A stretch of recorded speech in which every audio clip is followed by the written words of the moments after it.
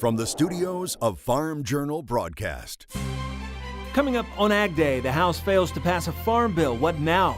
China drops its sorghum investigations, opening the door to fresh shipments. Agribusiness, what about the weather? That may create some regional tightness as far as commercial stocks. And teaching Louisiana kids about the world of agriculture.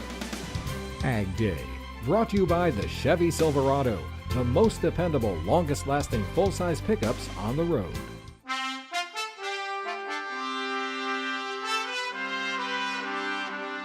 Good Monday morning, I'm Clinton Griffiths. What's next for the 2018 Farm Bill now that the House fails to pass its version of the legislation, resulting in a contentious showdown between political parties? On this vote, the yeas are 198, the nays are 213. The bill does not pass. The House rejecting the Republican version of the 2018 Farm Bill 198 to 213 during a midday vote Friday. Leaders working to secure support right up until the vote closed. 30 Republicans ultimately defecting from the party line, most in the Freedom Caucus, pushing for a vote on Representative Bob Goodlatte's immigration measure. No Democrats voted for the Farm Bill, staunchly opposed to changes in the Supplemental Nutrition Assistance Program. I didn't think I'd ever oppose a Farm Bill.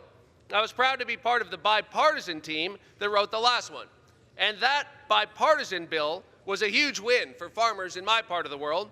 But this Farm Bill is very different, and I'm disappointed to say that we're following the best Farm Bill ever for the Hudson Valley with the very worst Farm Bill ever for the Hudson Valley. Representative Maloney making that pitch during an attempt to recommit the bill to committee prior to the final vote. But Chair Mike Conaway answering with his own passionate retort, saying after 114 hearings, the 600-page bill with more than 50 amendments is ready for a vote. Green votes will mean you stand with Americans. You stand with those producers out there who are in terrible circumstances. 50% drop in net farm income in the last 5 years. Today's headlines in the USA Today, farmers being forced to quit as income dives. That's who you'll stand for with a green vote. Or a red vote says, no, we want to continue to argue about this. We want to take advantage of what might happen in November because we're going to say no to this. Ultimately, that plea couldn't sway enough of his fellow Republicans. Conaway releasing a statement Friday following the failed attempt. He said, quote, "We experienced a setback today after a streak of victories all week. We may be down, but we are not out." The Speaker of the House, Paul Ryan, moving to reconsider the vote following the failed attempt. That leaves the door open for another attempt at a later date. Why a new House Farm Bill timeline is unknown. On the Senate side, the chamber's filibuster rules require a bipartisan process for a bill to pass. Agriculture Committee Chairman Pat Roberts promising a competing bill later this month, and he's signaling that its changes to food stamps would be far more modest than the House measure. While votes were happening on the House, trade talks were continuing between U.S. and Chinese negotiators. Those conversations leading to an announcement Friday that China is dropping its investigation into U.S. sorghum. China began an anti-dumping and anti-subsidy investigation into imported sorghum back in February following new U.S. tariffs on Chinese solar panels. Well, on Friday, the Chinese Commerce Ministry saying punitive measures on imports of sorghum would, quote, affect the cost of living for consumers, end quote, in China. And it's ending that investigation. With 60% of U.S. sorghum going to China, the national sorghum producers say this outcome is a relief. It's big. It's really huge in terms of what it means. Very positive for our growers, very positive for our industry, very positive for our consumers and our customers in China. Trade won't immediately start back tomorrow, but this is huge in terms of the tariffs going away. And as we get into new crop sorghum, being able to go back to what has become our #1 customer over the last 5 years. The sorghum producers say they hope the dismissal of these cases reflect a lessening of trade tensions in the future. The U.S. and China continuing those trade talks Friday. Officials from both nations discussing how to narrow the trade deficit, including by increasing Chinese purchases of U.S. farm goods and services. While the European Union is calling for an end to President Trump's threats to slap tariffs on EU steel exports. Otherwise, the EU is prepared to implement retaliatory tariffs of its own. In March, President Trump slapping tariffs of 25% on steel imports and 10% on imported aluminum, but granted the EU a temporary exemption until June 1st. Convinced the U.S. duties break global trade rules, the EU has drawn up a list of what it calls rebalancing duties worth $3.5 billion to impose on U.S. products if it is not permanently excluded. We never had anybody negotiating for us. And frankly, the European Union, outside of China and a couple of others, treats us on trade as badly as you can be treated. They have trade barriers. Our farmers aren't allowed, to a large extent, to sell their product into the European Union. The president says the U.S. had a $151 billion trade deficit against the EU. He says the European Union's unfair trade practices aren't going to happen any longer. NAFTA negotiators missed the May 17th deadline as leaders send mixed messages on progress. U.S. Trade Representative Robert Lighthizer saying the countries are nowhere near close to a deal. Canadian Prime Minister Justin Trudeau saying that NAFTA negotiators have come to an agreement on auto rules of origin, and they're down to a point where there is a good deal on the table. Well, Lighthizer says the remaining issue includes intellectual property, market access for agricultural products, energy, labor, rules of origin, and geographical indicators. Paul Ryan, he says that Thursday, May 17th deadline probably has a couple weeks worth of wiggle room. Switching gears a bit, Missouri lawmakers approving legislation that bans companies from labeling lab-grown or plant-based products as meat. The measure now goes to the governor's desk.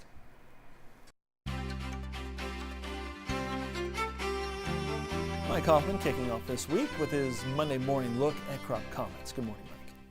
Good morning, Clinton. Check out this scenic picture from Lauren Turley. She says planters are continuing to roll in Webster County, Kentucky.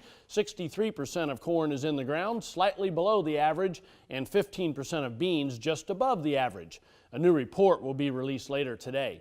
And rain poured into parts of North Dakota and South Dakota. Here's the rain gauge from Mark Rorick's farm. 2.85 inches total. Not welcoming news during the planting season, though.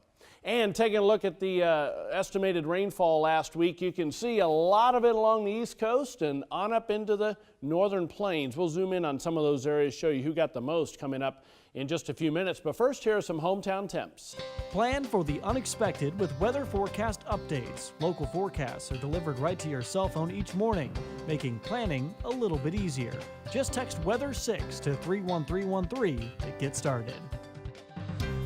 Weather is always the great unknown. Coming up, we'll talk about weather markets and how a good growing season could impact prices.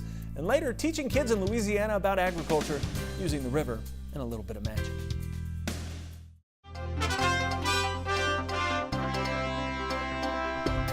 From the Agribusiness Desk, Deere & Company says it's planning to raise prices on its equipment. Leadership saying freight costs and raw materials are on the rise. To help the bottom line, the company's focusing both on its own cost and its pricing structure for equipment. Deere says the agriculture sector is starting to rebound. Let's jump over to the floor of the CME Chicago for a look at Friday's market action. Wheat was soaring today, and perhaps corn participated in that with a little bit of that overflow buying from the wheat. Wheat up double digits, almost 20 cents at one point. That trade deal really, the trade deal issue has really brought in the buyers, and they jumped in with both feet, and all the spillover from the corn and the soybeans as well really pushed the market up. Now we know that wheat market is really kind of a thinner market, and it starts to when we start to get ahead of steam, it really moves and sometimes overshoots its objective.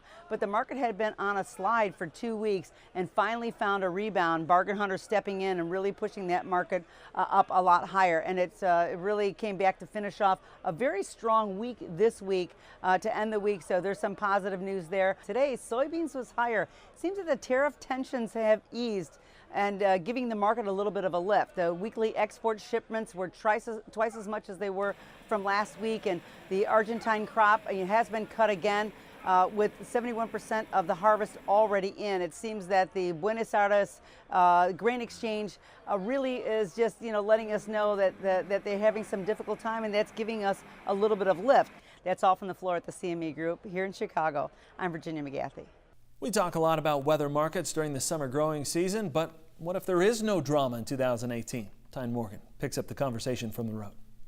Here now with Garrett Toy. Garrett, we're here in Maple Grove, Illinois, kind of northern Illinois area, where the emergence in this corn is perfect. Most of the fields have been planted ahead of last year. We really haven't had these planting delays play into the market much. but at the same time, there are some areas that have not planted this much and are behind. Do you think that could end up moving the market at some point? Down the road, I think the market, because of we know what we can do in such a short time frame, the market's going to take a more subtle approach to it. But as far as backyarditis, you look what Steve has done here on his corn; it looks fantastic. But the producers that are up in the Dakotas, where you've got 4.5 million acres left unplanted in northern Iowa, it's essentially northern Iowa, Minnesota, and the Dakotas, whereas down here where the corn's planted and they're selling corn, old crop corn, they're a little bit more tight-fisted up there. And we have a fairly strong export program in corn, and we need the P&W. That may create some regional tightness as far as commercial stocks. The commercial stocks are big enough up there to offset it, but I wouldn't expect the farmer to considering what they're seeing out their own back door up there, to be too big of a willing seller at this point. Right, yeah, a little bit more hesitant. At the same time, possibly if we do see some delays, we could get some weather into the market now. Absolutely. But coming this summer, we keep talking about a possible weather scare and what that would do to the market.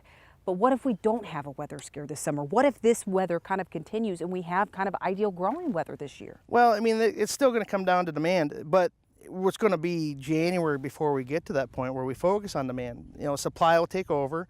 We think we can get a 180 yield. It could be compounded if we do increase corn acres at the end of June.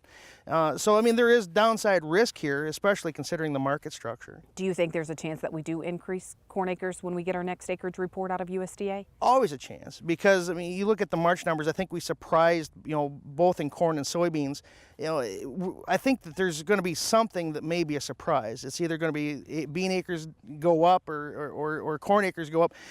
Maybe they both go up and that's a surprise, but, one or the other may disappoint. Garrett, really quickly, since we do have some of this corn emerged and earlier than last year, do you think potentially if we do see a weather scare that could happen earlier than normal into the market? The market may try to force a weather scare just because of the market length, but I think at least where areas where the farmers, the emergence is long, they're going to be willing sellers of rallies in here. All right, Garrett, thank you so much. We appreciate it. Stay with us. We need to take a break, and then we'll have a check of weather here on Ag Day. To contact Garrett, call him at 888-745-2020 or find him at agtradertalk.com.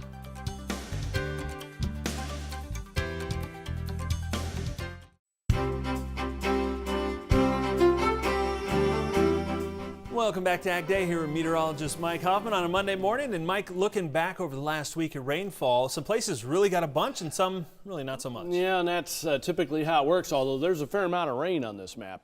Now, this does not take into account this past weekend, but this goes back to the previous Saturday to this past Friday, and you can see some of the heavier amounts in Florida. And we expected this. That was that tropical-like system that was in the eastern Gulf just pulling in the moisture. Lots of Florida ended up with 2 to 3 inches of rain over the course of those 7 days, and it really went right up the eastern seaboard with another bullseye right near the nation's capital, parts of Virginia, Maryland, Delaware, southern portions of New Jersey, and then a kind of a strip across southwestern portions of Michigan into the Dakotas and Nebraska. But you can see some areas didn't get anything, like Clinton said. There was also a pocket in southeastern Kansas and one more in a couple of spots in the panhandle of Texas, and a severe drought actually got some decent rains, but it was just some spots. Drought Monitor shows that to us. You can see the latest situation there. Going back a month, we were already seeing some exceptional drought in those areas, and going week by week, you can see how that was expanding. It was expanding, and then we all of a sudden saw it break up just a little bit right at the end, and that's because of those spotty showers and thunderstorms that developed. I do think the drought areas in the southeast probably go away by the time we show this map in a week.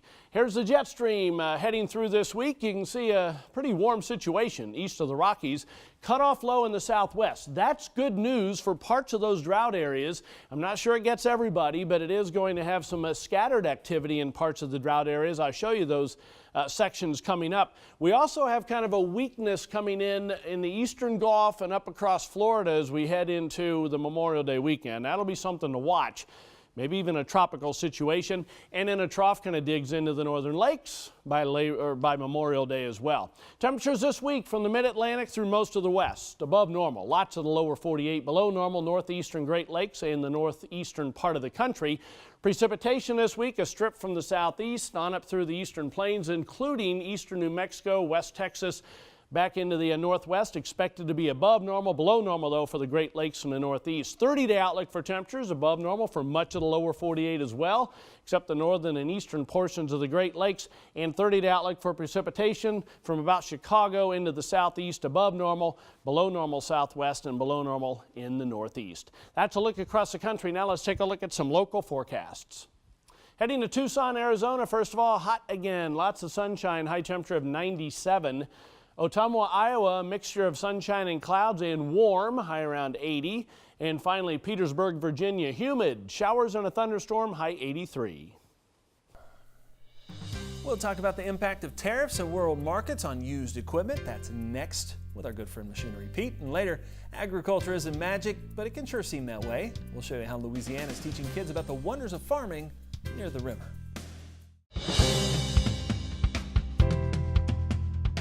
No doubt we talk about global trade a lot on this show. It's a very important aspect of agriculture, and Machinery Pete agrees.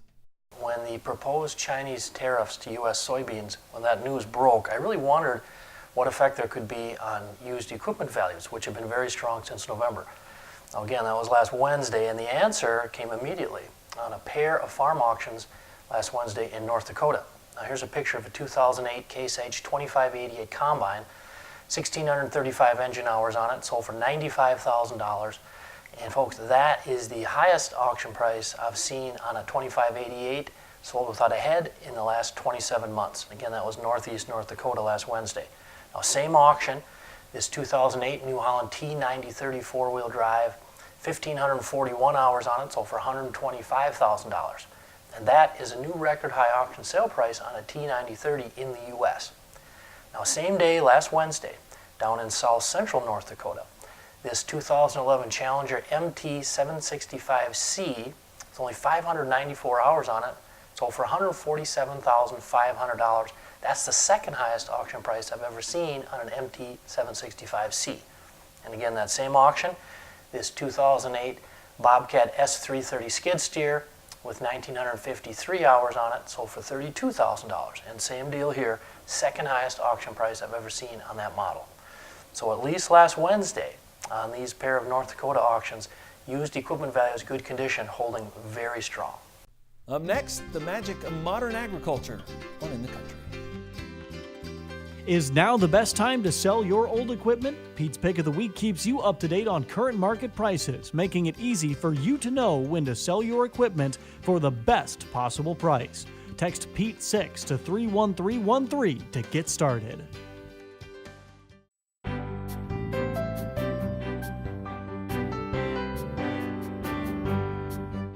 In the Country, sponsored by Kubota.